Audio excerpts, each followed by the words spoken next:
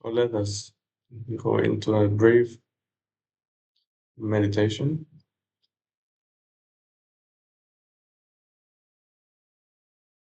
and afterwards, the idea is to bring this into perspective of life, because awareness is not something to be attained. It's just seeing so that one learns to see. But I cannot really offer that dedication in the global sense, so I will just share from my own experience.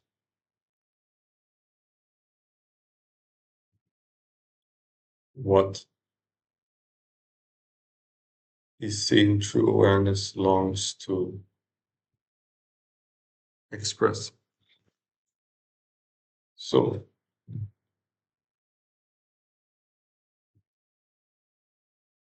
there are many ways to hold the mind,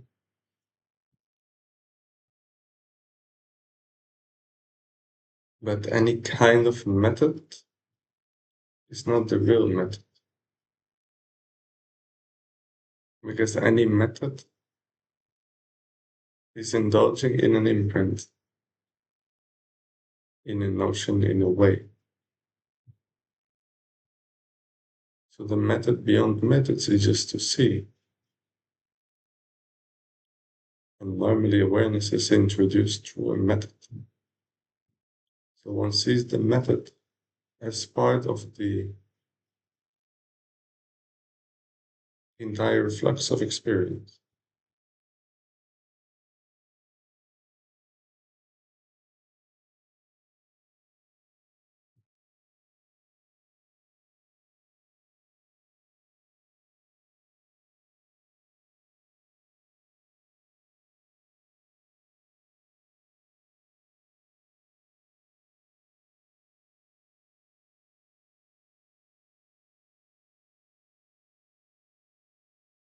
The body is full of longing, of running. Can we just see that this constant attraction towards something, this commentary on this attraction, right is wrong, it should be like that, it should be like that. Weak, I'm strong, I can't, I can, which is all memory that has been solidified through experience, which is a relative kind of wisdom, if it is seen as it is.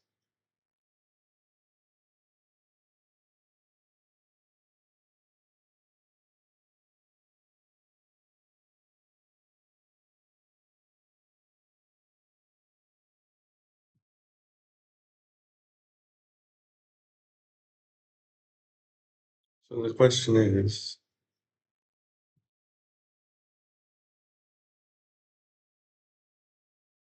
so that was awareness, now we turn into investigation.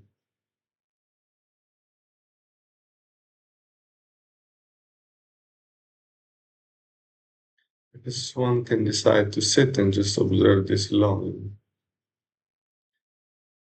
and suppress movement, but it is barely possible, and the body eventually will collapse.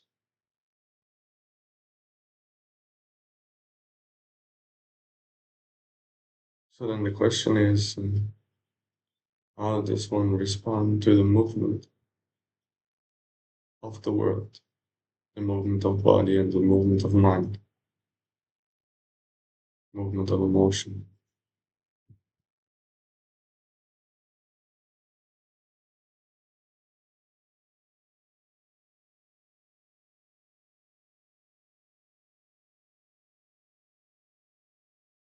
One somehow has claimed authority on this movement.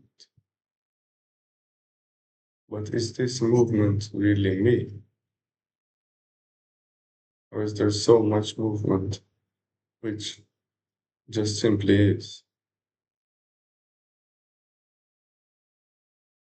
And so somehow there is the idea that I am the stillness,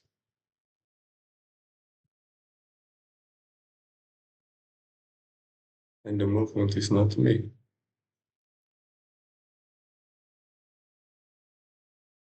But look at that. That is simply not true. Because there is only observance of that which moves.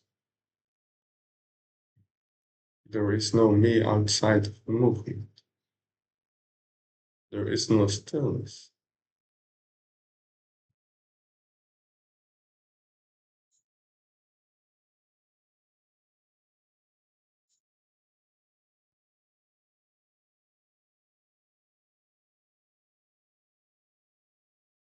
And that is the ultimate stillness.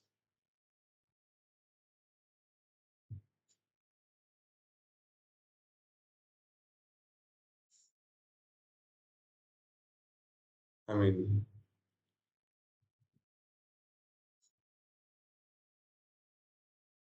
and let it go, what I just said.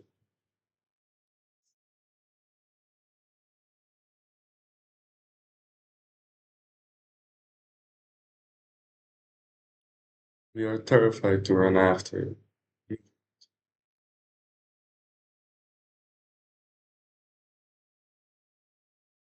So we try to identify ourselves with something which is not movement, or and we call that awareness or stillness, but just another experience, which also is moving.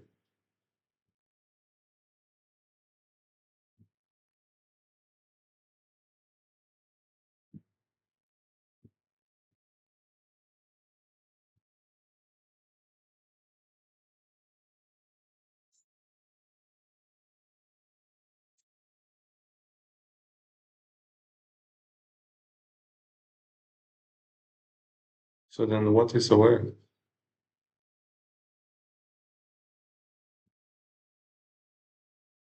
You see, it is just when we sit, there are not so many imprints.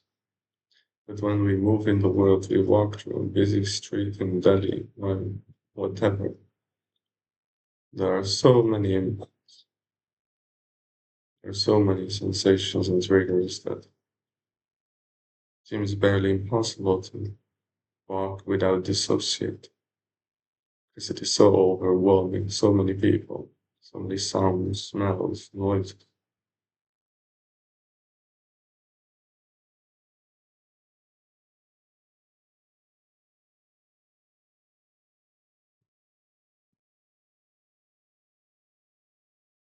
But the practice of sitting and focusing is a form of dissociation. That is not the truth of awareness. The truth of awareness is simply to see. But when awareness and dissociation become bound, and one thinks that dissociation is awareness, the entire path becomes extremely dualistic. So one needs to see the dissociation as it is.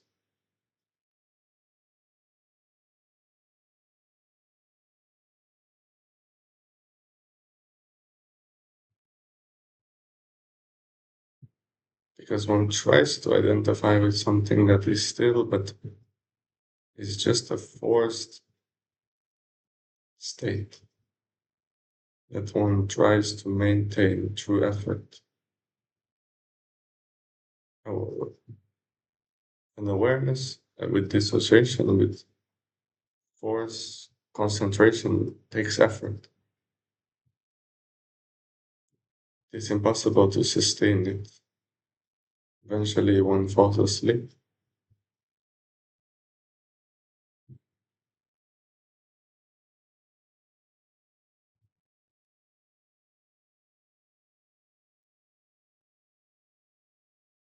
Eventually, one has to go to the toilet.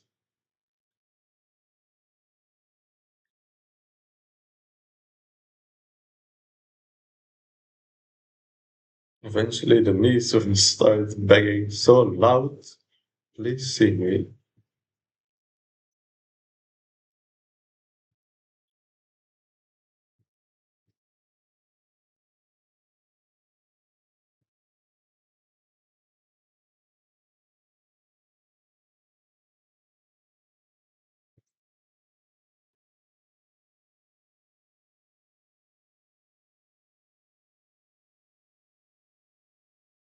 So then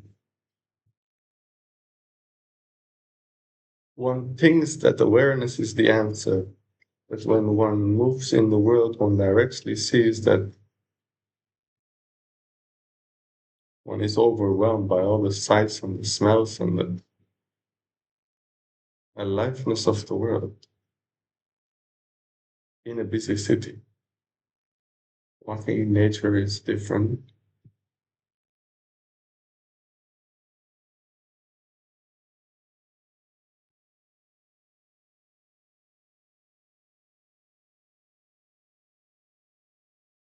but one is so terrified to be alive, to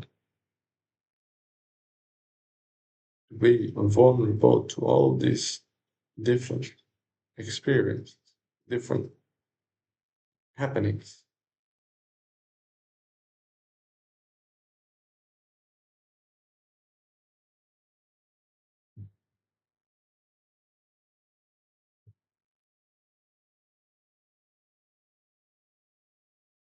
So there is experience, there is movement, longing, and then what does one do?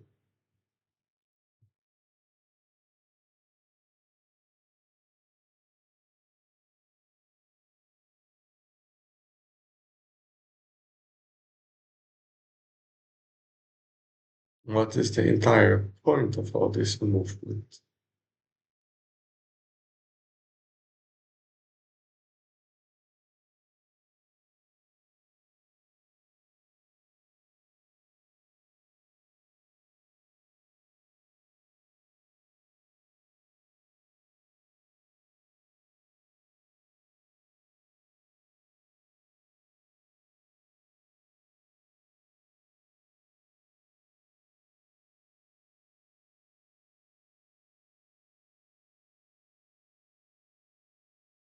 We are like addicts, going for a high and then falling down.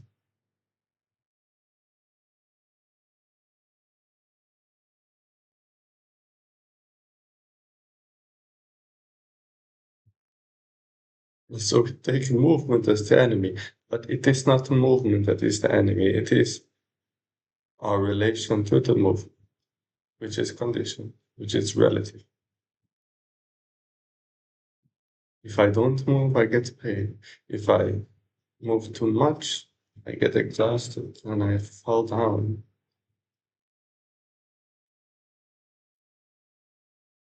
which is an experience based on causes and conditions. It's not the truth, not the absolute truth.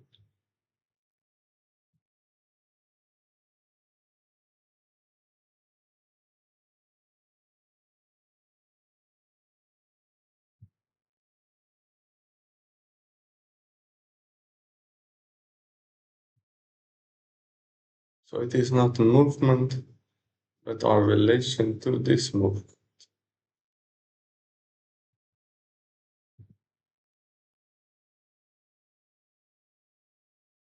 And so one goes back to the time of the original movement, at least when selfhood and movement became one, when we were a baby. And so, what if one experiences this movement for the first time?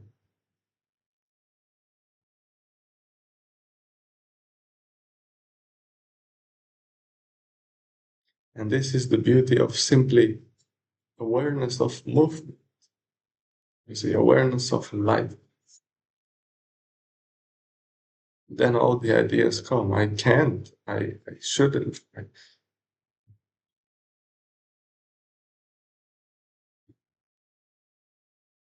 But just this development of billions of years of evolution experiencing life.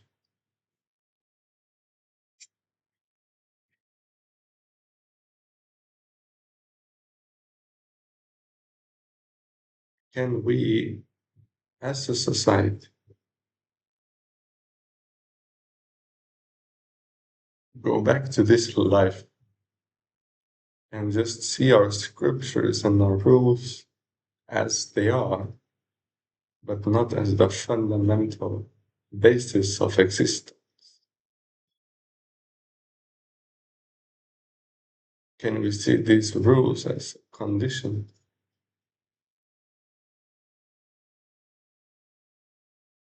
But please, this movement, this life is so much older than any scripture or any God you have ever seen, thought, or dreamed of.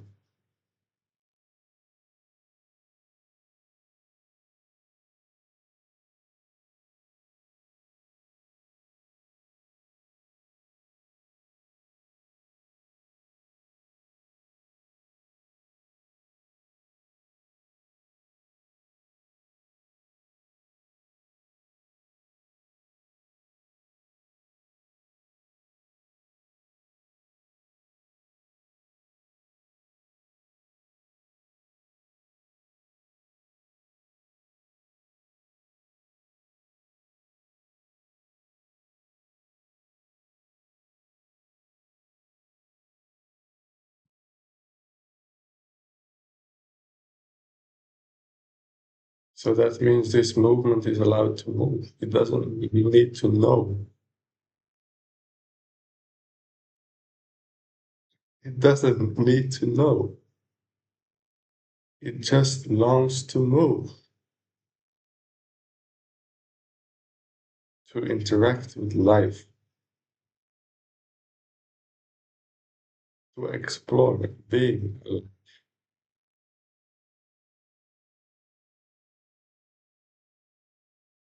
Now you're a kid. Hmm, interesting.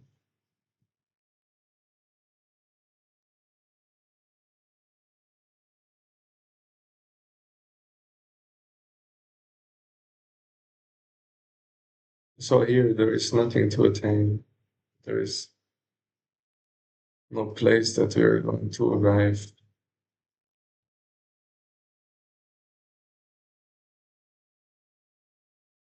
There is all this experience in us and an immense amount of blockages in our experience, in our mood, not being allowed to be, but being forced to be something which is also not being allowed to rest. So I'm not gonna sell you any bullshit that all spiritual teachers have tried to sell me, which is gonna lead to a big fat fucking disappointment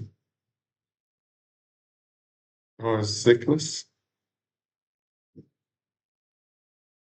or collapse.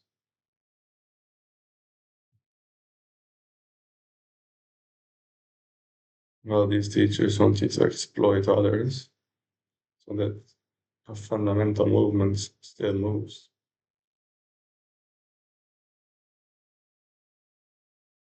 But if you cannot do that,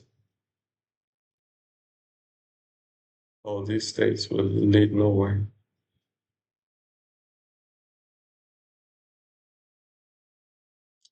Fundamentally, dissociation can be a very useful tool, very essential tool in abuse and trauma and narcissistic abuse, especially dissociation and addiction can be that which keeps you alive, just like it kept me alive. but only because no one else ever helped.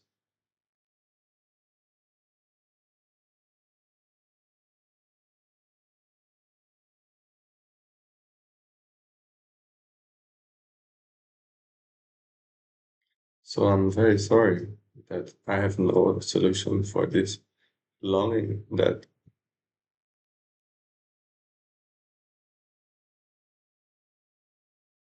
gets to be named evil. This longing that disconnects us with everyone because everyone has taken it as the enemy. This longing that people shame, that people call sin. This longing that people call sin. I mean, this is old. This is really old.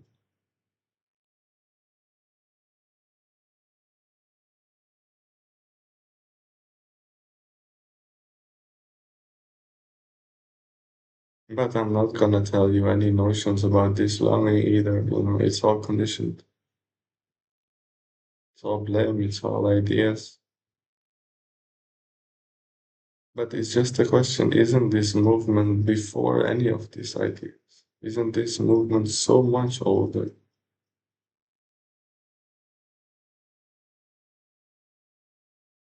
And when you take this movement as the enemy, when you have to eat,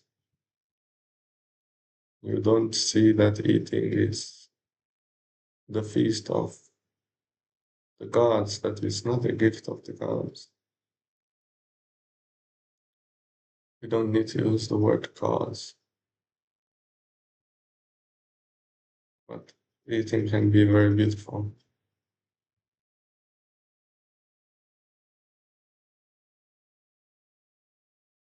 But if we hate the movement in ourselves, then eating is always like a burden.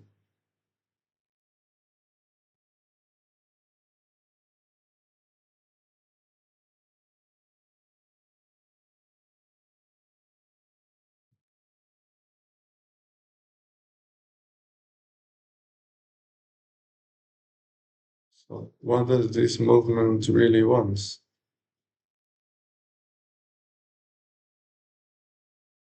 It will, well, just see me, you know,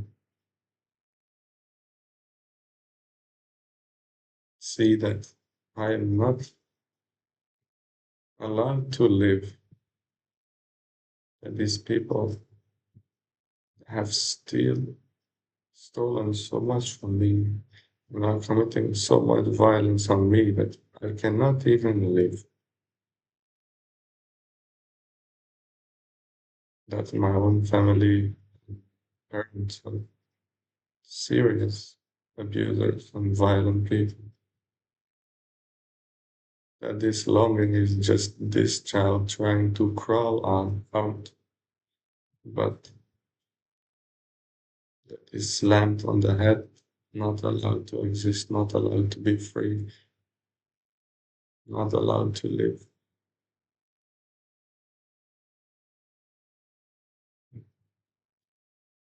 But no one is willing to see that.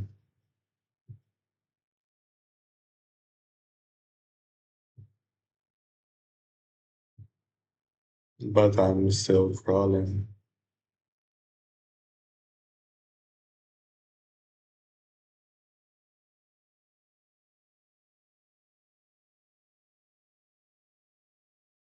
because somewhere I read something Martin Luther King.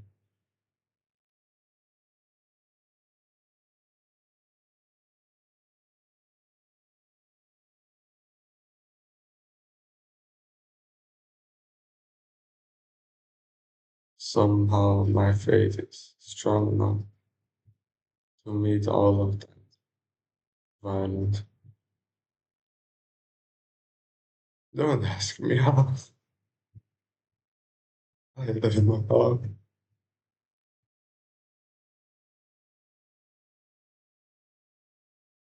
But somehow there is enough love. be and do this.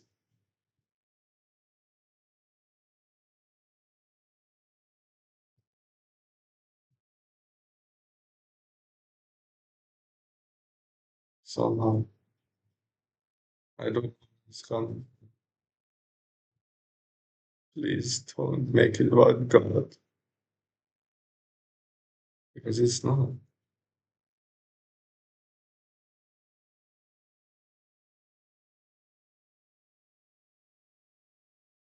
But that's what people think when they are keep growing when everything is against them. They think they are superior and they take the side of God. No. You're not superior to other people.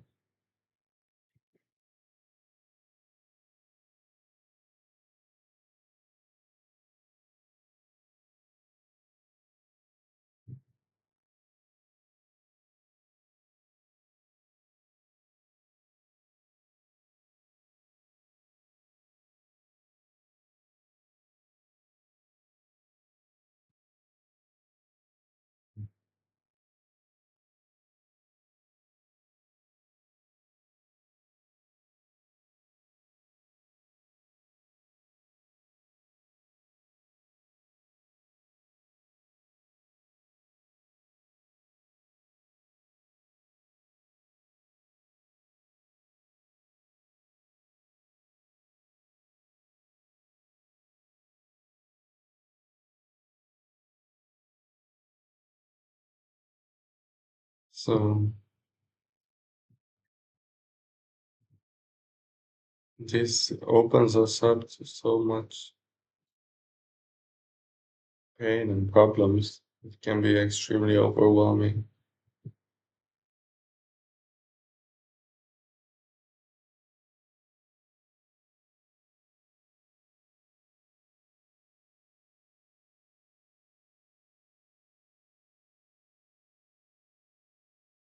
So I don't really know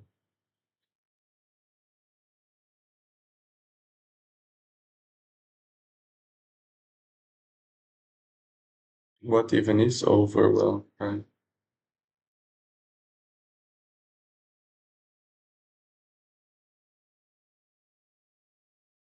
Yeah, it's just a phrasing, I guess.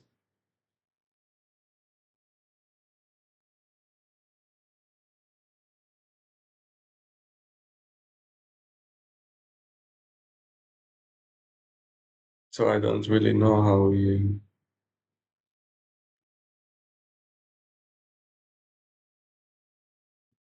go beyond method without being overwhelmed.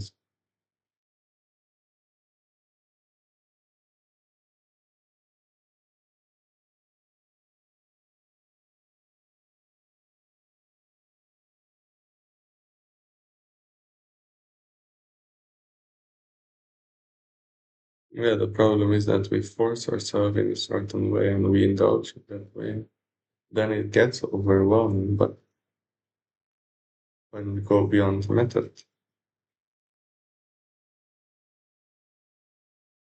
well, anyway, it seems that the conditions that I am present in, I am battling with overwhelm no matter what I do because the situation is very tough.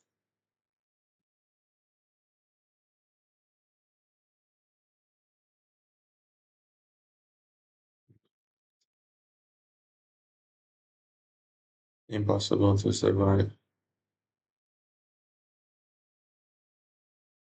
barely possible to survive. But it seems like no one wants to see that. Still, people try to exploit me. Somehow they think I have so much, but I have not.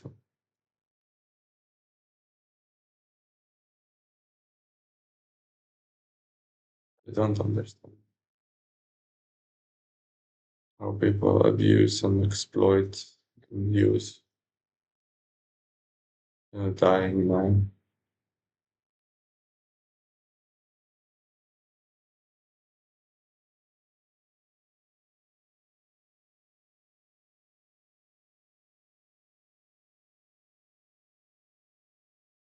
is the truth.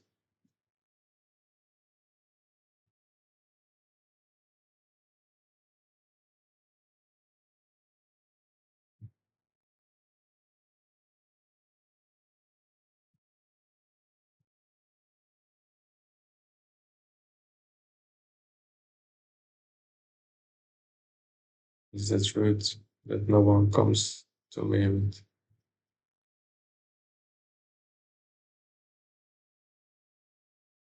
something that is enough to live,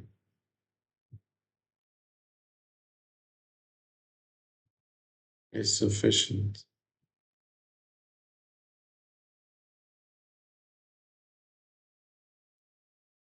Just when there is not enough nutrition, then the body will decline.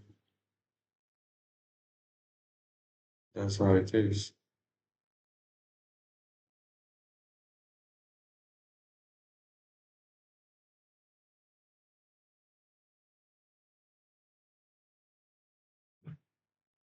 That's my truth.